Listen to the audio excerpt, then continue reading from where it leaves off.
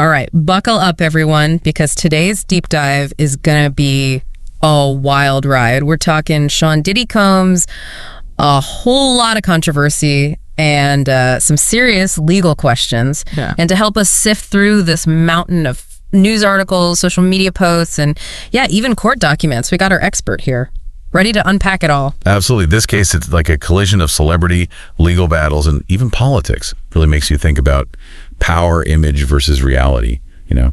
Right, so let's jump right into the legal stuff. Diddy's facing some heavy charges: trafficking, racketeering, and transportation for prostitution. Yeah, these aren't just minor offenses. Each one could mean some serious consequences. Like trafficking probably means moving people illegally for exploitation. Racketeering is about being involved in ongoing criminal activity for profit. And then transportation for prostitution, well, that's pretty self-explanatory, moving people across state lines for...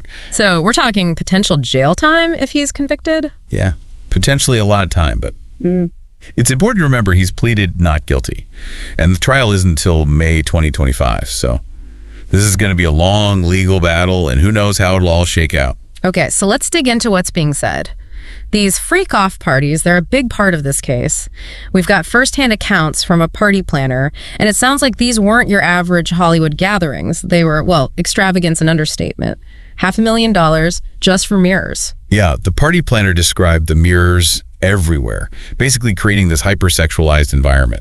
Wow, that's a lot of reflection, but it also makes you wonder what exactly was going on that needed that kind of atmosphere. Well, from what the party planner said, these events were very focused on, let's just say, adult activities. And then there's the story from John Legend's manager. She said she felt stuck at one of these parties, on a yacht no less. Right, her account suggests that maybe not everything was as consensual as it might have seemed. Feeling pressured to participate or unable to leave, that's a red flag. Definitely adds a darker layer to this whole thing. Okay, let's switch gears and talk about this celebrity list that's been floating around. It's like a who's who of Hollywood. DiCaprio, Beyonce, Jay-Z, Ashton Kutcher, you name it. This list has definitely added fuel to the fire. Everyone's speculating about who was at these parties and what, if anything, they were involved in. But we got to remember, just because someone's on a list doesn't mean they did anything wrong. Of course, we're not saying that at all, but it's still interesting to see all these names connected to Diddy. Absolutely. And it raises some questions about how things work in Hollywood. The power dynamics. Did people feel pressured to attend, to stay silent? And speaking of power, there's a political angle to this whole thing too. Diddy's been publicly linked to Kamala Harris's campaign. And then you have Donald Trump Jr. weighing in, calling for the full party list to be released. He's saying some light is the best disinfectant. Yeah, that adds a whole other layer of complexity. On the one hand, you've got Diddy's support for a major political figure, and then Trump Jr. getting involved. Some might say he's trying to use this for his own political gain. It's a tangled web for sure, and it'll be interesting to see how this political side plays out. Definitely. And then, of course, we've got to talk about the Diddy tapes, the rumors, the denials, the Fed supposedly having them. It's like something out of a movie. For sure. Yeah. But it's important to stick to the facts. We have Tyrese Gibson, who's close to Diddy, saying there are no tapes. But then we have Courtney Burgess, who testified under oath that he had tapes and gave them to the authorities. Whoa, that's a big deal, testifying under oath. So who do we believe? Right. It all comes down to credibility. What are their motivations? And the big question, if the tapes do exist, what's on them? Could be evidence against Diddy, maybe even implicating others. So many questions. And the answers could have a huge impact on this whole case. But before we get too deep into that, let's talk about Diddy's situation right now. He's tried multiple times to get bail, even offering a $50 million package. But each time, the judge has said no. Yeah, those denials are definitely telling. The judge must have some serious concerns, maybe about him fleeing or even trying to influence witnesses. And then there's that detail about where he's being held. A low-security dorm, not exactly what you picture for someone facing these kinds of charges. But get this, they call it freak-off friendly because of how it's set up. Apparently, inmates can communicate with female inmates on another floor. That is interesting. It makes you wonder if he's getting special treatment. But it also shows how much attention this case is getting. People are fascinated by the whole thing. Every detail gets analyzed. It's a real-life drama playing out right in front of us. So we've got this high-profile figure, serious charges, these extravagant parties, a mysterious celebrity list, maybe even incriminating tapes. And this is just the beginning. What are some of the key things you think our listeners should keep in mind so far? Well, The most important thing is that these are still just allegations. Diddy is innocent until proven guilty in a court of law, but the accusations are serious, and there are a lot of details coming out. This case really gives us a glimpse into the entertainment world, the power dynamics, the potential for things to go wrong when boundaries are pushed.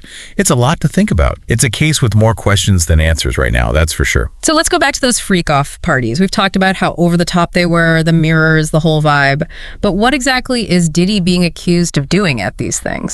Well, the accusations basically say that these parties weren't just wild. They were potentially criminal. Witnesses have described stuff that goes way beyond, what's considered okay. Stuff that could be illegal. Right, like the party planner talking about sex workers being there. And the tons of alcohol, the focus on sexual activity. But then there are even more serious allegations about minors being involved. Yeah, those are especially concerning. If that's true, we could be talking about exploitation, coercion, even abuse. And remember John Legend's manager saying she felt trapped at one of these parties. If people felt pressured or couldn't leave, that changes things. Absolutely. It's not just a wild party anymore. It starts to look like a pattern of predatory behavior. So even though Diddy says he's innocent, these accusations could paint a very different picture. Exactly. But it's important to remember, innocent until proven guilty. But yeah, if these allegations are true, it could be really bad for him. And we know Diddy's lawyers are fighting back hard. What's their strategy against these serious accusations? Well, it seems like they're trying to downplay things, saying the freak-off parties were just extravagant, maybe got a little out of hand, but nothing criminal happened. So they're saying it was more about bad taste than breaking the law. Basically, yeah. They're also trying to make some of the witnesses seem less believable. Like maybe they have reasons to lie or they're exaggerating. And remember that incident with Cassie back in 2016? That video supposedly showed Diddy assaulting her. His lawyer said it was a private matter, nothing to do with any freak-off party. Just a moment taken out of context in a, quote, complex but consensual relationship. Right, they're trying to separate that incident from everything else. But what if they find evidence connecting that to the parties? Or that it wasn't consensual?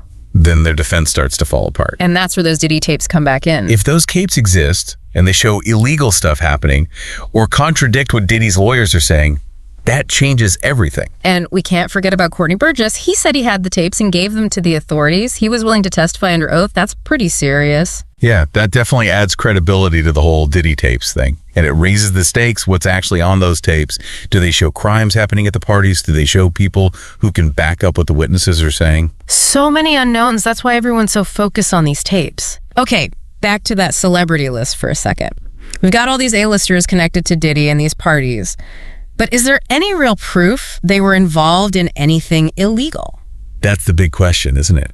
Right now, it's just names on a list. We don't have any evidence that connects them to specific crimes, whether it's at the freak-off parties or anything else. Right, just being seen with someone doesn't mean you're guilty. But this list and everything else we're hearing about these parties, it makes you wonder who knew what and if anyone saw or did something that could be important to the case. Yeah, it adds to the intrigue, makes everyone speculate, and it plays into that whole idea of secrecy and complicity in powerful circles. Were people too afraid to say anything against Diddy? Did they just look the other way? Those are things investigators will probably be looking into. And then there's the whole political angle. Diddy supporting Kamala Harris, Trump Jr. saying the list should be public. It all just makes this story even more complicated. Absolutely. It's like politics, celebrity, and the justice system all colliding. Was Diddy trying to get something by supporting Harris? Is Trump Jr. just using this to score political points? Hard to say what their motivations are, but it definitely adds another layer to this whole thing. This case is like a thriller. New twists and turns all the time. It shows that even the most powerful people can be brought down and that the truth usually has a way of coming out. But before we jump ahead, what are some of the key takeaways for our listeners? I think the main thing is this case is about more than just Sean Diddy Combs. It's about the whole entertainment industry, how power works, and what can happen when powerful people abuse that power. It reminds us that nobody's above the law and that justice is important no matter how rich or famous you are. Those are important points. And as we keep going with this story, it's good to keep those things in mind. Let's take a short break, but we'll be back soon.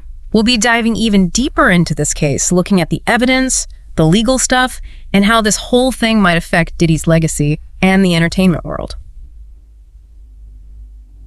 All right, we're back and ready to wrap up this wild deep dive into the Diddy situation.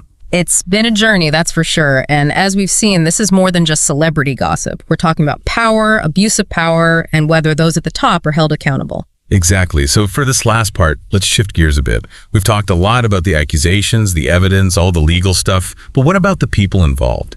How is Diddy dealing with all this? We know he says he's innocent, and he's fighting back hard. He even offered a ton of money for bail, but the judge keeps saying no. Yeah, it seems like he's really determined to clear his name. He's putting a lot of faith in his lawyers to challenge everything and defend him. But the bail denials are definitely a sign the judge isn't convinced. Maybe worried he'll run or try to mess with the witnesses. And then there's that whole thing about where he's staying. The freak-off friendly dorm. It's kind of strange, right? Not exactly what you'd picture for someone facing these kinds of charges. It does make you wonder if he's getting special treatment somehow. But it also shows how much this whole case has captured the public's attention. Everyone's watching, analyzing every detail. It's a real-life drama unfolding in front of our eyes. But let's not forget about the other people involved.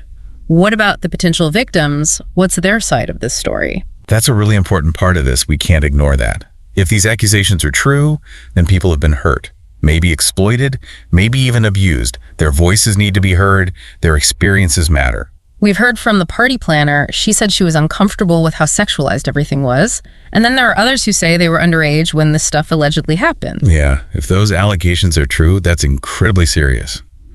It reminds us that behind all the headlines and court talk, there are real people who might be suffering because of this. It really makes you think about the consequences of actions.